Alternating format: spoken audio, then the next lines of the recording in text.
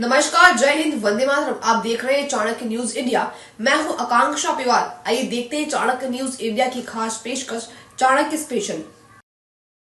Badaun double murder case में 2 दिनों से फरार चल रहे आरोपी जावेद को पुलिस ने बरेली से अरेस्ट कर लिया।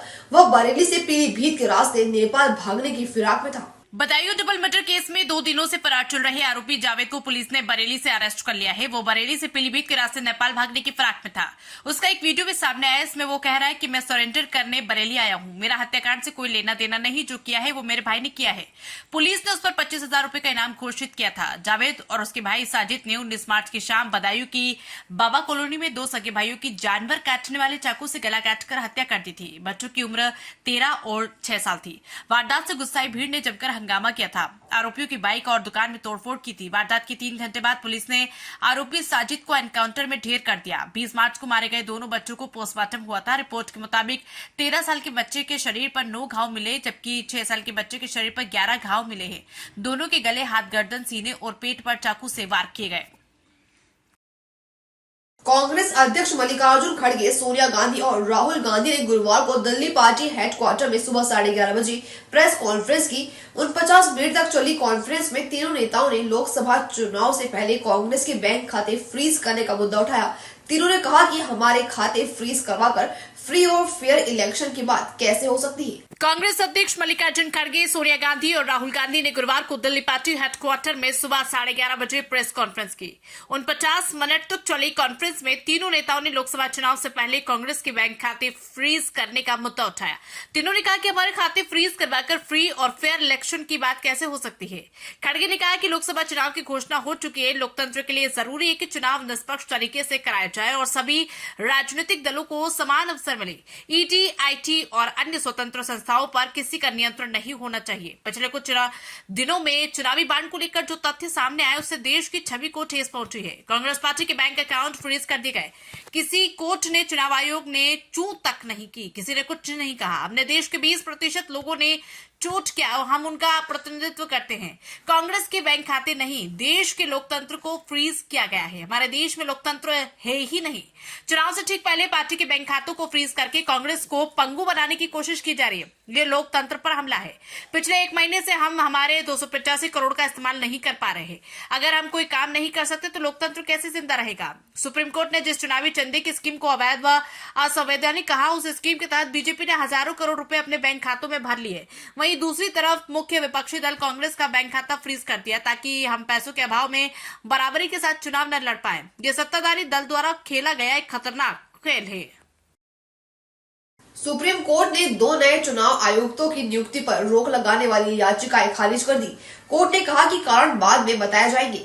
बेंच ने यह भी कहा कि 2023 का फैसला नहीं कहता है कि चुनाव आयुक्तों की नियुक्ति के लिए सिलेक्शन पैनल में ज्यूडिशरी मेंबर होना चाहिए। सुप्रीम कोर्ट ने 2 नए चुनाव आयुक्तों की नियुक्ति पर रोक लगाने वाली याचिका खारिज कर दी। कोर्ट ने कहा कि कारण बाद में बताए जाएंगे। बेंच ने यह भी कहा कि 2023 का फैसला नहीं कहता कि चुनाव आयुक्तों की नियुक्ति के लिए सिलेक्शन पैनल में जुडिशरी मेंबर होना चाहिए। कोर्ट ने कहा कि वो चुनाव आयुक्तों की नियुक्ति अधिनियम 2023 पर फिलहाल रोक नहीं लगा सकता क्योंकि इससे अव्यवस्था फैल जाएगी। नए चुनाव आयुक्तों के खिलाफ भी कोई आरोप नहीं। हालांकि कोर्ट ने कानून को चुनौती देने वाली मुख्य याचिकाओं की जांच करने का आश्वासन दिया है। मामले की सुनवाई जस्टिस संजीव खन्ना और जस्टिस दीपांकर ने की। उन्होंने केंद्र से पूछा कि चयन समिति को उम्मीदवारों के नाम पर विचार करने का वक्त क्यों नहीं दिया। कोर्ट ने 2023 अधिनियम की असंवैधानिक वैधता को चुनौती देने वाली याचिकाओं पर सरकार से 6 हफ्ते में जवाब मांगा है। मामले की अगली सुनवाई 5 अगस्त को होगी। जयपुर में खाना बनाते समय सिलेंडर में लगी आग से पूरा परिवार जिंदा जल गया। हादसे में 3 बच्चों की भी मौत हुई है। पुलिस के अनुसार सिलेंडर और चूल्हा कमरे के गेट पर ही रखा था, इसलिए कोई भी बाहर नहीं निकल सका। जयपुर में खाना बनाते समय सिलेंडर में लगी आग से पूरा परिवार जिंदा जल गया। हादसे में 3 बच्चों की भी मौत हो गई। पुलिस के अनुसार सिलेंडर और चूल्हा कमरे के गेट पर ही रखा था, इसलिए कोई भी बाहर नहीं निकल सका। घटना गुरुवार सुबह 7:30 बजे विश्वकर्मा थाना क्षेत्र के जसलिया गांव की है।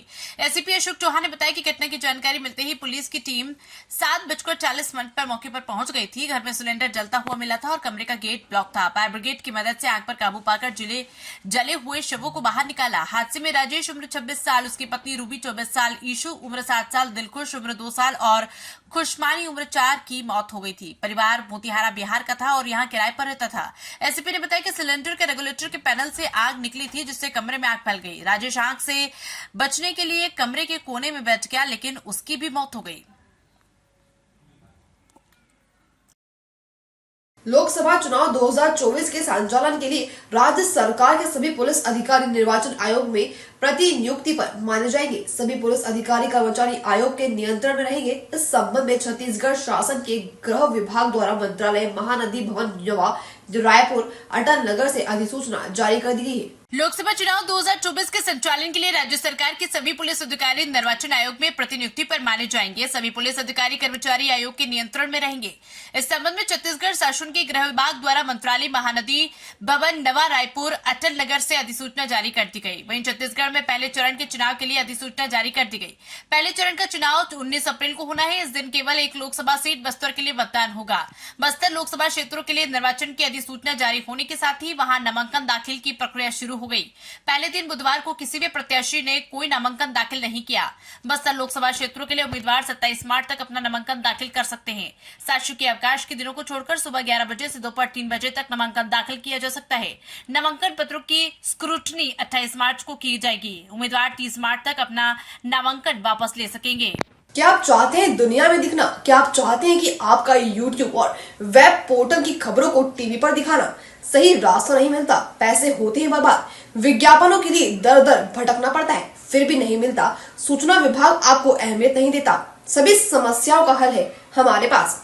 Chanakya media network private limited लेकर आया है सभी यूट्यूबर और वेब पोर्टल के लिए सुनहरा मौका। सूचना प्रसारण मंत्रालय से रजिस्टर्ड करके OTT और IPTV के माध्यम से अपने चैनल को ले जाएं सभी स्मार्ट एंड्रॉइड टीवी पर। आज ही संपर्क करें 9643761495 या व्हाट्सएप करें 8287399909 पर।